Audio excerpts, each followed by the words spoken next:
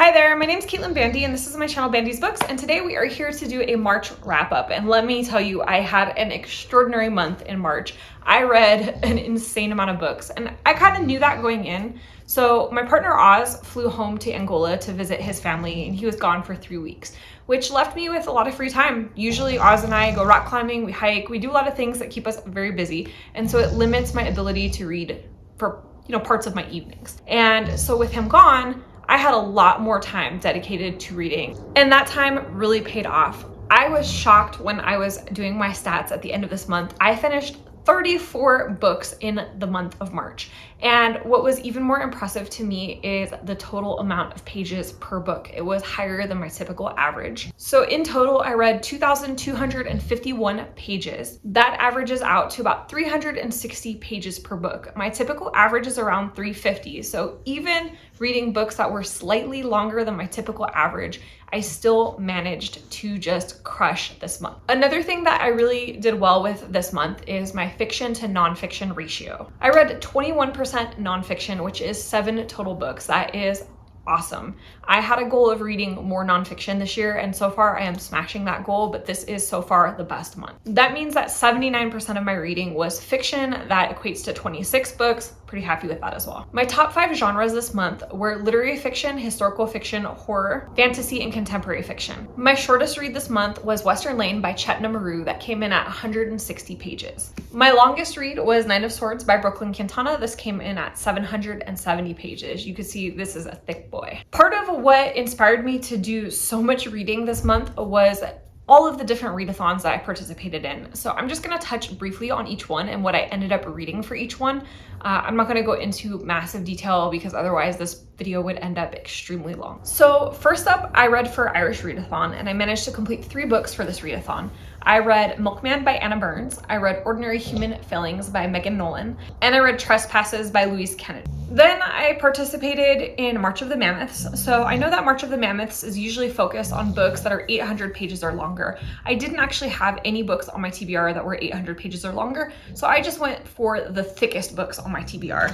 And that was Nine of Swords by Brooklyn Quintana at 770 pages, and A Brief History of 7 Killings by Marlon James at 680. I did manage to finish both of these, so I'm very excited to get through some thick chonkers. And then I read for Middle Grade March. This is one of those readathons that I look forward to every single year because I don't really read middle grade books throughout the year. And so this is like that one time of year that I dip my toe in the genre. I ended up reading The Many Assassinations of Samir, the Seller of Dreams by Daniel Nayeri, and Hamara and the Jungle of Memories by Hannah Alkoff. Then I read for the Fierce Women Readathon, and this had specific prompts. So I'm gonna tell you what the prompt was and what I read for it. Prompt number 1 was a book by a fierce female author. So I picked The Reformatory by Tananarive Due. Prompt number 2 was a strong female protagonist, so I picked Warrior Girl Unearthed by Angeline Booley. Prompt number 3 was a book with your favorite female character, so I picked Familia by Lauren E. Rico. Prompt number 4 was a book by an up-and-coming author, so I picked Hangman by Maya Binyam. Prompt number 5 was a book with the bonds of female friendship, so I picked Nightbloom by Peace Adzo Medi. Prompt number 6 was a book with a mythical character, so I picked Son of Blood and Ruin by Marielle Lares. So as you can see, I actually did pretty well with all of the different readathons that I was participating in. I'm stoked that I managed to read at least a few books for each one. And it was a lot of fun because it actually made my writing more varied than it was initially. So I think that given the opportunity to participate in every single readathon, I might actually do it again. So now comes the part in the video where I break down the ratings of each book. And I am gonna say that I will not be talking about the 3 nonfiction books that I read for the BookTube prize in this particular video, because I'm gonna be doing an entire video where I talk about all 6 books, how I ranked them, what I liked about them.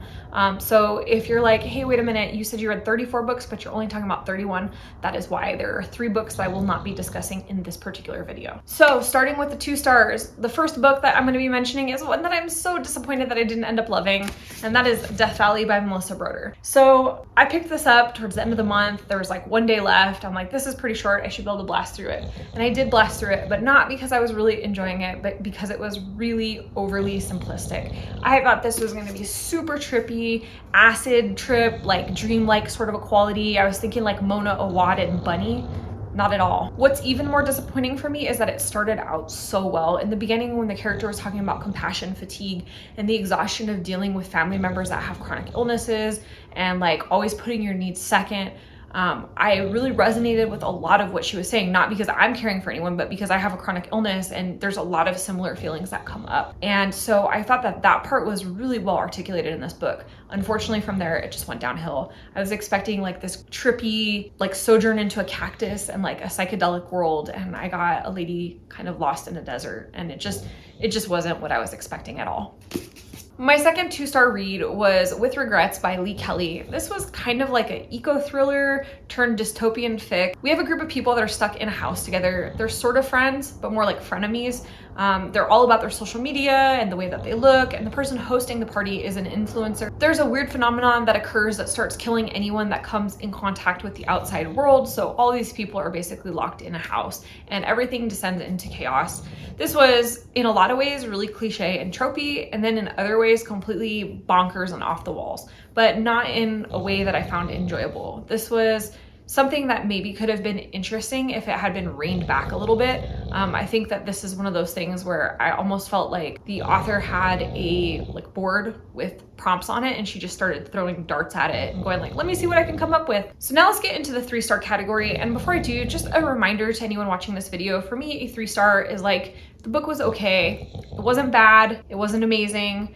In a couple years from now, I'll probably remember that I read it, but I don't know if I'll remember it in like intense detail the way that I would remember a 5-star. It doesn't mean that I'm telling you you shouldn't read it, just that for me it wasn't a standout. So the first on my 3-star list is a book I'm honestly shocked to have to put in the 3-star category, and that is You Dreamed of Empires by Alvaro Enrique.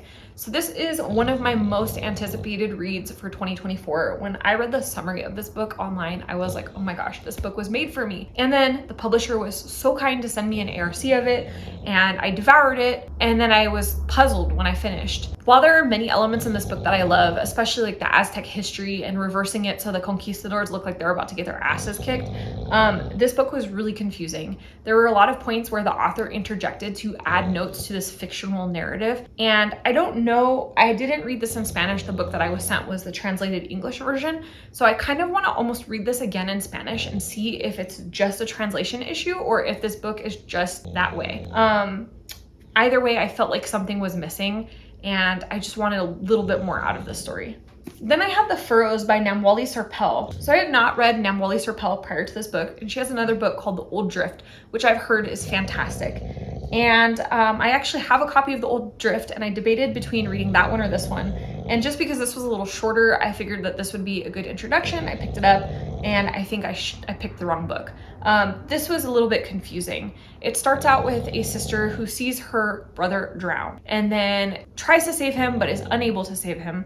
She bears the brunt of like her family's grief, and they sort of blame her for his death. And so we get this like scenario that repeats over and over and over of how he dies and how the scenario changes for the first half of the book. Then the second half of the book follows a completely different character, and it goes in a very strange direction. I think that this is one of those books that might be too smart for me. So it says a lot about grief. And I think that it says some poignant things about grief. There are parts that I felt were really well done. But I think that there is commentary in here that I genuinely did not understand. I think that maybe a more literary minded reader might read this and get more out of it than I did. I really liked the first half of the book when we were seeing the grief through the sister's eyes, but the second half of the book was very jarring, and I didn't enjoy the perspective it was in. After that, I have Small Angels by Lauren Owens. This is a book that I picked up because I needed something that was not necessarily light because it's horror, but not so serious because a lot of the books on this TBR were with like very heavy topics. So I was like, I'm really enjoying horror. Let's jump into this one. This has been on my shelf for a couple years. This was okay. There was nothing really spectacular about it. It's about this weird, creepy little town on the edge of a creepy little forest, and there is a ghost that haunts the forest, and this ghost is a little bit possessive of things and people within the town. If you just want like an easy horror to read, you know, one night when you're hanging out on your couch, this kind of fits the bill. It's nothing super challenging. It's not really thought-provoking. It's not really deep. It's just kind of a nice, creepy story. And it's something that, you know, like I said, you might remember you read it, but probably isn't gonna stand out in your mind as like super impactful. After that, I have Piglet by Lottie Hazell. This is a book that I was also really expecting to love. And while I have to say this is on the higher end of the 3 stars for me, there were several things that kept it from being a 4 or 5 star for me. So first of all, I really love that Piglet is a cookbook editor. As a chef, I really appreciated like her thoughts on food, her joy for cooking, her relationship with things in the kitchen. It was really, really beautiful in the beginning. What fell apart for me is I felt like the people around Piglet just constantly sucked. Everyone fails her constantly, and there's no reprieve from it. There's not like in all of the shitty people, like one nice person, and that just made the book feel really flat to me. It's just these constant terrible interactions, and it got to the point where I started to feel a little bit numb towards the end of the book. I also felt like we went through this whole saga of her like being depressed and angry and frustrated with the situation that she's thrust into, which, you know, her feelings are valid. She should feel angry and upset and sad and all of these things. But the point where she like turns it around and she decides like, I'm not gonna take this shit anymore. I wish that had more time in the story. I wish that it had been allowed to really breathe instead of being rushed through. And then I wish that after this big implosion that we would have had a little bit more time to see the resolve of the story. I felt like it spent way too long in the dark depressing and not enough in the resolution. Then I had Western Lane by Chetna Maru. This is about a young girl who is playing squash. Her mom dies and her dad just becomes obsessive about her training regimen.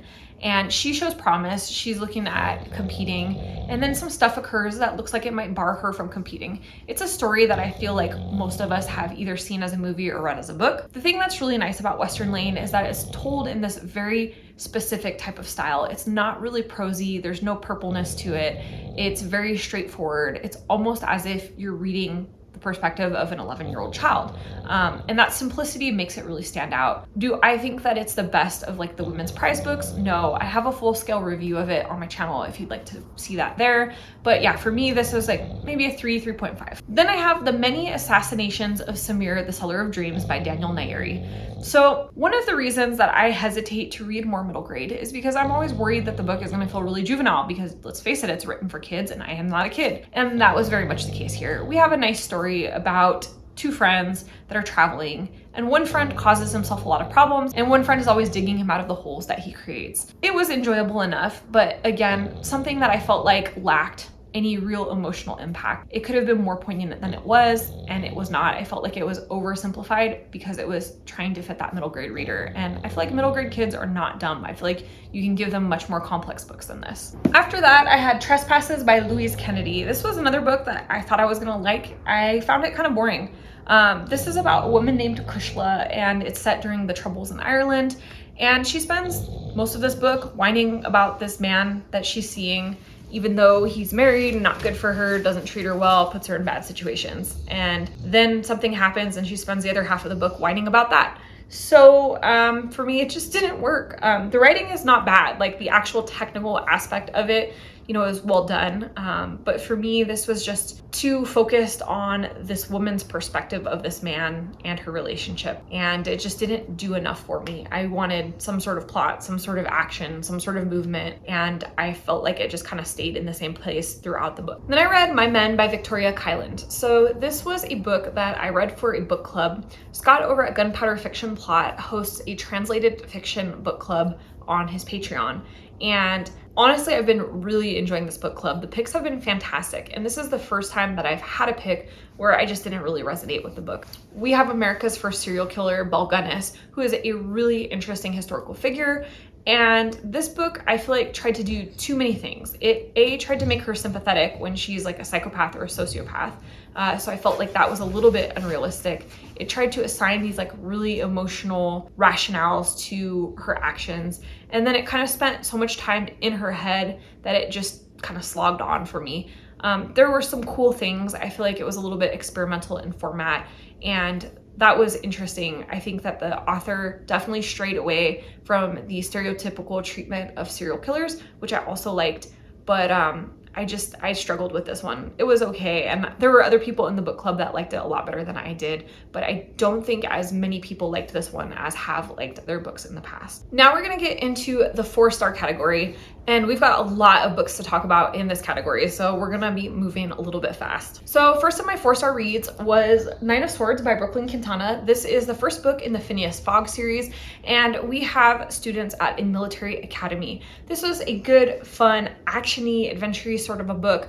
I really enjoyed this, and with a lot of the heavy reading that I had on my TBR this month, this was kind of nice for breaking some of that up. I would definitely consider reading further books in this series as it goes along. Then I had Hangman by Maya Binyam. I have a full-scale review of that up here if you want to hear about it in great detail, but the long story short is I loved the format of this book. The experimental formatting was really interesting, and I thought that the author did some really creative and clever things in the storytelling, but this is not an easy book to read. In fact, I know a lot of people have DNF'd this book because the first half of it is very confusing and very disorienting. All I can say is that there is a purpose to that confusion and that disorientation, but you have to get all the way to the end of the book to understand it, and until you get there, it doesn't make sense. So you have to be really dedicated to pushing through. Then I read I, Rigoberta Menchú by Rigoberta Menchú. This is a book about Rigoberta's life in Guatemala, the genocide that occurred in Guatemala, and then her escape from Guatemala.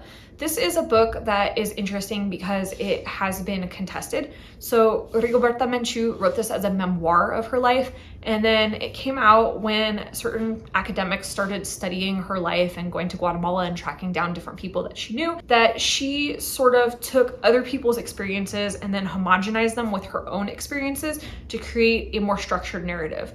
So while she didn't like outright lie about any specific thing, she lied in the way that she like said like, oh, this happened to my brother, when really it happened to like a neighbor.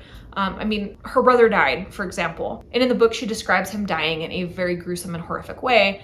And in reality, he did die in a gruesome and horrific way, but just not the way that she describes in the book. That actually happened to someone else. I still gave this book a 4 stars because I found it to be very impactful, and I think that this book did what it was intended to do. When she wrote this book and brought it to the world stage, it brought a lot of attention to the genocide that was occurring in Guatemala and put a lot of pressure on the government of Guatemala to stop the slaughter of indigenous peoples. So as a tool of social protest, I think that this was a very effective book, and I think that the writing was very interesting. And I definitely learned a bit about Guatemala, even if it wasn't like to the T and memoir of her life. And then I have The Bullet Swallower by Elizabeth Gonzalez James. This was a book that I was really looking forward to as well. Don't read a lot of Westerns. This isn't exactly your typical Western. In the late 1800s, we have a character named Antonio Sonoro, who is like a guy that's having a lot of hard luck. He is always trying to like make his life a little bit better, but life just doesn't seem to work out that way. Things that he does always kind of have a way of going upside down. So he decides at one point that he is going to rob this train full of valuables, and he is gonna like, it's gonna be the big final robbery, and then he can retire from his life of crime, and he can, you know, be there to love his wife and raise his kids. And that does not go the way that he had hoped it would. And then in the 1960s, we have his descendant, Jaime Sonoro, who inherits this book that describes all of the wrongdoings of his family and basically this curse that follows the men in his family around. And so Jaime decides that he is going to deal with the family curse once and for all. I really enjoyed this book. I liked both timelines. Sometimes when you get that dual timeline scenario where one's in the past and one's in the present, or like a more modern timeline, I can tend to find that modern timeline a little more cliche. In this case, I thought both timelines were pretty well done. I liked both characters and I liked the resolution of the plot. I do wish this had been just slightly longer, but that's really my only critique of it. Then I have Son of Blood and Ruin by Marielle Lares. This is the first book in a fantasy series, and we have this town that is a mix of Spaniards and indigenous Aztec people. And the Spaniards have come with the goal of conquering Mexico and taking it for the Spanish crown. And the Aztecs are fighting back with covert operations and different attacks and things. We have this young woman who is kind of in a weird middle ground. So she is half Spanish and half Aztec, and her Spanish blood is from like a family with a little bit higher social status. So she is in some higher up social circles, but secretly at night she dresses up as a jaguar superhero and she like runs around the city fighting crime and like saving people from attacks. Initially I was worried that this book might be a little bit cheesy, but it ended up being a lot of fun. I really liked our main character. I really liked the inclusion of some of the Aztec spiritual beliefs and how the two worlds kind of collided with each other. I thought that this was a cool start to the series, and I would definitely be interested in reading further books. Then I have River East, River West by Aube Lescure. This is another book I was really looking forward to reading this year. It was one of my most anticipated reads for 2024, and this follows a family in China. Mom has come from the United States and fallen in love with Chinese culture and decided to stay. Her child is half American, half Chinese, but she does not know her father. She's having some issues fitting in at her school, and she decides that she wants to go to an American expat school. Her mom and her stepdad are initially against this idea, but eventually concede, and a whole different world is opened up to her. This was a really interesting book. It did a lot of different things. I like that it talked about China in a much different way than I feel is typical in Western literature. I like that it's also like the reverse of the American dream. This isn't an immigrant coming to the United States. This is instead an immigrant from the United States going to China and finding that she loves life there and she wants to stay no matter what. I will have a full-scale review of this book later this week, so if you're really interested in reading this one, check that out. Then I had Warrior Girl on Earth by Angeline Boulley.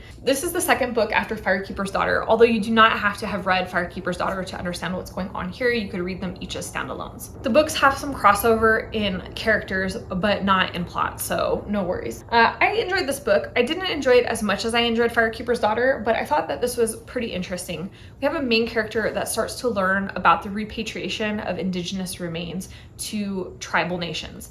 I didn't know much about this subject, not nearly enough anyways. And so this was very educating and also infuriating, because when you find out what the process is for a Native American tribe to like reach out to a museum, say, and be like, hey, you have the remains of our ancestor, or you have like culturally significant items, we would like those returned to our tribe. There is a process that should be followed, but there are also all of these loopholes to, basically allow the museum to delay returning these remains. And that's a really interesting topic, one that I feel like everyone should know more about, especially North Americans, because we have this history of stealing not only the land and the lives of our indigenous people, but also stealing their cultural artifacts, the remains of their dead. And, you would think that in modern society, we would be better at recognizing how we were horrible in the past and doing better in the present. But unfortunately, we seem to never, ever learn from our mistakes. And so we are still doing these horrible things. So I'm glad that I read this book because it really opened my eyes in some ways to how messed up this system is in terms of getting remains repatriated. And then I read Night Bloom by Peace Adzo Mehdi. I have a full-scale review of that up here. This was a book that I really enjoyed. So far out of all the books that I have read for the Women's Prize list, this is, I think, my favorite. This is about two cousins, and they are the best of friends when they're little kids, but as they grow up, some things happen that start to put some tension on their friendship, and they both end up going into opposite directions. One cousin comes to America to be a doctor, and one cousin stays in Ghana and pursues a culinary career. And eventually, after some catastrophic things happen, the two of them are kind of brought back together. And there is this moment where they're both looking back on their lives, realizing that neither one of them had the full picture of the story. This has an interesting format as well. We see the same story told twice. The first half of the book is the story told through Akorfa's eyes. The second half of the book is the story told through Selassie's eyes. And then the very, very end of the book is about the two of them together, kind of realizing how their stories weave in and out of each other. I thought that the writing in this was really good. I thought that Selassie's POV was a little bit more interesting than Akorfa's, but I did see how the two stories kind of made sense as one whole. And then I read Ravensong by TJ Klune. This is book number 2 to Wolfsong, which I read a couple months back. I enjoyed this one. This is not as good as like House in the Cerulean Sea or Under the Whispering Door. In fact, it's a very different style of writing to those books. And this might be the first time that I've ever read a book about werewolves and like been like, oh, this is interesting enough to keep reading.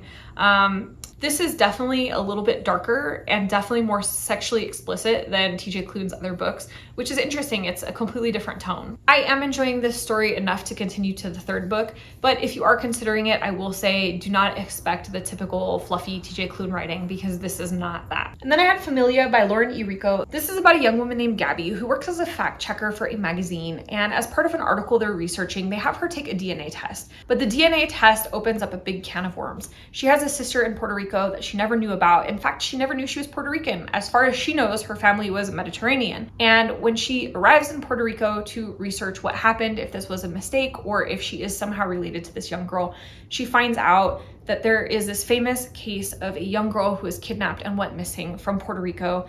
and they start to kind of investigate the story together. I really liked the mystery elements of the story. First of all, we have the mystery of this kidnapped girl in Puerto Rico. What happened to her? How did she disappear? Where did she go? And then is she related to our main character, Gabby? And then I liked the relationship between the two sisters. One is convinced that they are sisters, the other is not convinced at all. So we have this emotional tug of war between the two of them, and I thought that was really well done. I also really loved the description of Puerto Rico and Puerto Rican culture. I felt like it was like very vibrant and alive, and I could just imagine the setting. I could smell the food cooking when they were describing the food scenes. I could visualize the street art. It just made me really happy to read all of that beautiful description. So I really enjoyed this one. Then I have The Foxwife by Yangzi Chu. This is my first time reading Chu's writing, but she really likes to play with magical realism. This is based on Chinese mythology about foxes being able to like shapeshift and become beautiful women and men who are able to then like coerce people into relationships and steal their prized possessions and their jewels and things. This was a really interesting concept. I liked the writing style of this book.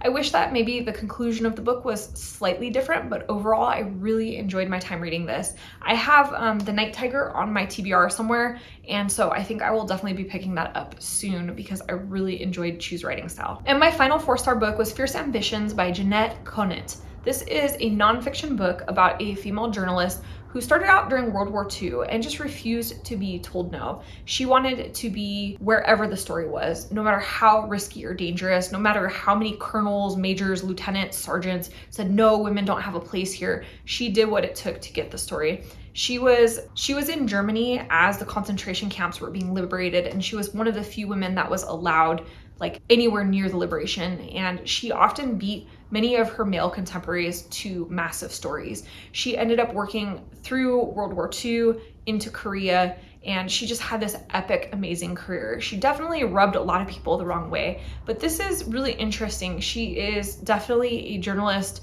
that was out of her time period. And I found her really impressive, and I thought that the book was really well written and brought this character to life very much. And now on to my 5-star reads. Guys, I have 7 5-star reads this month. That is so spectacular. Let me tell you about these books because all of them are fantastic. The first of my 5-star reads is A Brief History of 7 Killings by Marlon James. So no surprises here. This is a winner of the Man Booker Prize. This is about Bob Marley. So it never actually names Bob Marley directly in the book, but it's about his eventual murder and an attack on him and his family prior to his murder and all of the people that were like involved in his killing. It is a fascinating book. So when it starts, it's a little bit confusing and disorienting because you're dealing with so many different perspectives that it's a little bit hard to kind of keep up what's going on at the beginning of the book. But the further that you get into the story, the more that you start to understand what is happening. This was like packed full of social commentary, packed in terms of character development, packed in terms of action and plot and interest and suspense. There's just so much going on. I really, really liked this book. This was my first time reading Marlon James too, and based on this book, I would definitely read more of his books in the future. My next 5-star read is The Reformatory by Tananarive Due, and this was another book I was really looking forward to reading this year, and I'm so glad that I did. I had never read Due's writing before, but I'd heard that they're a fantastic horror writer, and this book definitely lived up to the hype. I have been hearing nothing but good reviews about this, and so I was a little nervous going into it, but honestly, I loved this. This was stunning. So this is a historical horror. It's got some gothic elements. We have a setting in the Jim Crow South, and we have a young Black boy who protects his sister from some blatant sexual harassment and then is punished for it. He's sent to a reformatory school, and it's as brutal as you would imagine a reformatory school would be in the Jim Crow era South. So he is tortured, beaten, forced to work in brutal conditions, and not only that, but he's haunted by ghosts while he's there. Meanwhile, on the outside, his sister is working fiercely to try to get him released, and she is trying to make the court see sense. Unfortunately, the odds are stacked against both siblings, and you get just a really brutal, heartbreaking story, but it's told in a way that is so fantastically done. You have this like creeping gothic element, but that's not nearly as terrifying as the brutality that you know is based on reality. And I think what made this book even more impactful is Due talked about this being modeled after one of her relatives who actually was sent to a reformatory school and died at that school. So that makes that even more horrific and even more like emotional and deep and complex. A really fantastically written book. If you like horror, especially horror based in reality, I would absolutely recommend reading this book. Then I have Hamra and the Jungle of Memories by Hannah Al-Khaf. This was my second middle grade March pick, and this was fantastic. We have Hamra, who is living at home with her family during the pandemic, and she has a grandmother who has dementia. And because her parents are both like considered necessary workers, they're out taking care of the population, trying to help sick people, trying to coordinate food, things like that. And so Hamra is basically stuck at home caring for her elderly grandmother with dementia. And this is very difficult for her. While she loves her grandmother very much, it's clearly really uncomfortable for her when her grandmother forgets who she is or forgets what's going on. And then one day Hamra wanders out into the jungle, forgetting all of the local rules for entering the forest. She is confronted by a tiger, and that sends her on a magical journey. I love this because this is all about dementia and aging and coming to terms with that fact. My grandmother had Parkinson's syndrome and dealt with dementia, so I have seen what this is like firsthand. And I was much older than Hamra in the book when I went through that, and it was very hard for me as an adult. So I can only imagine how hard and confusing it would be for somebody that's like in that middle grade age range. I thought that this was really well written. I love that this was emotionally complex. I love that this dealt with a real life scenario with some like mythological elements. This is the thing that can be so impactful about middle grade books, is that they take something that's so difficult and complex and emotional, and they break it down into a way to understand it much more easily. And I really like that. I think that this book would be really good at helping a younger person work through their feelings around an elder in their family dealing with this kind of dementia and decline. And then I finally read Milkman by Anna Burns. This was a book I brought with me to Guatemala, thinking that I would read while I was on vacation, like, you know, on bus rides, because we had a couple 10-hour bus rides. And this was not the right kind of book to try to read on a bus in like windy hills in Guatemala. It's way too complex, and there's just, it's stream of consciousness. None of the characters are named. They are all like first sister, second sister, first brother-in-law, things like that. And so you really have to pay attention when you're reading this book. So it took me 2 tries to get into this. The first time, like I said, wrong time, wrong scenario. I tried this a while back and it just wasn't vibing, but this time it seemed to click, and I got through this book. I found this really interesting. We have our main character, and it's pretty clear that she's in Ireland during the Troubles, but the location is not named. She is not named. There is no specific conflict named. So realistically, you could actually take this and like apply many different conflicts to it, which makes it all the more interesting. And I think that that was kind of intentional by not like naming anyone. This did some really interesting things, and I thought that the writing was really good. I thought there was some really interesting commentary on like female bodily autonomy and politics and just a whole lot of different things. This isn't going to be the kind of book that every single person enjoys. It is kind of an experimental format. Stream of consciousness can be really hard for some people. I don't typically always enjoy stream of consciousness, but in this case, I think it does really work, and I found this book to be pretty stunning. Then I have The Heaven and Earth Grocery Store by James McBride. So I previously read Deacon King Kong by James McBride, and it was just good, but it wasn't amazing. Like, I expected to really love it based on all the reviews that I'd heard of it. And for me, it was like so-so. Better, maybe a little better than so-so, but it just wasn't like a 5-star read for me. Heaven and Earth Grocery Store, so much better. I loved this book. One of the things that really shines in this is the thing that McBride excels at, and it's this collective cast of quirky characters. There's so much happening in this book, so much going on, so many different people, all these moving parts, but he manages it all so flawlessly. I was so engaged with this story, every single aspect of it too, because there is a lot that happens throughout the progression of this story. And it never felt like overwhelmed or too busy or too chaotic. I felt like everything was really, really balanced. I felt invested in all of the characters and the outcomes of their stories. And I think that if you like McBride's style of writing in Deacon King Kong and you want a more polished version of that, then you will probably enjoy this story. My next 5-star read was My Side of the River by Elizabeth Camarillo Gutierrez. So this is Elizabeth's story of surviving in the United States as a teenager by herself. Her parents were here legally. They had paperwork, their visas expired, they applied for new visas, they were denied, and they ended up deciding to go back to Mexico instead of waiting. So after they leave to go back to Mexico, Elizabeth decides that she would like to stay here in the States to pursue her education. She's a great student up to this point. She's a happy, well-adjusted child. And then her parents, move away, and she is kind of forced into some very dire situations. She scrapes through to persevere in her education. Honestly, this was a really deeply personal story to me. I grew up 20 minutes north of the Mexican border in San Diego, so I know quite a few people that have been affected by this issue, where their parents have been sent back to their country of origin and they have been left here as teenagers trying to fend for themselves. And it's really sad to see how children in this situation tend to slip through the cracks. Elizabeth manages to accomplish a lot because she has a tiny modicum of help at certain points,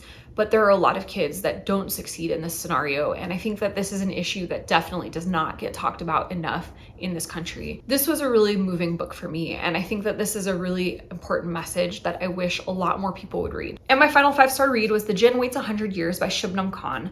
This is kind of a fantasy with a like sprinkling of romance, some historical fiction elements, and it is set in South Africa on an island off the coast in this like rundown mansion. There's a djinn that haunts a room. It's just such a fantastic story. I went into this book expecting maybe like a lighter, fantasy with a sprinkling of romance, maybe a tiny bit of tragedy, but overall kind of a more adventurous sort of a story. Instead, I got this really deep, emotionally complex story that makes some very significant commentary on the caste system. It was not at all what I was expecting, and I was really impressed by that. If you like fantasy, historical fiction, and a little bit of like horror and tragedy mixed in, you will probably like this book.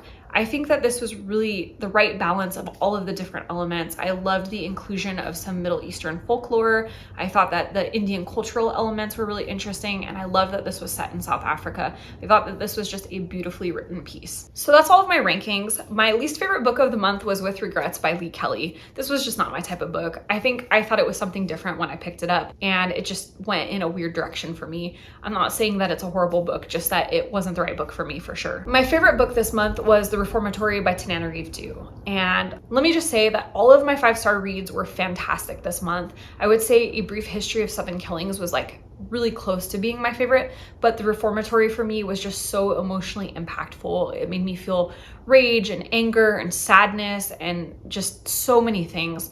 The story is really well balanced. It mixes all of these different elements together to just create something that is so striking, and it's really stuck with me since I read it. I would highly recommend this book to anyone. I will say definitely consider the trigger warnings before you get into it, because there is some very difficult content in it, but as long as you can handle that, it is beautifully written. So that's the end of my March reading wrap up. I know it was a lot. If you made it to the end of this video, thank you so much. And if you enjoyed my wrap up, make sure you hit the thumbs up, comment down below, and let me know what you read in March. What stood out? What was your best read of the month? What was your worst read of the month?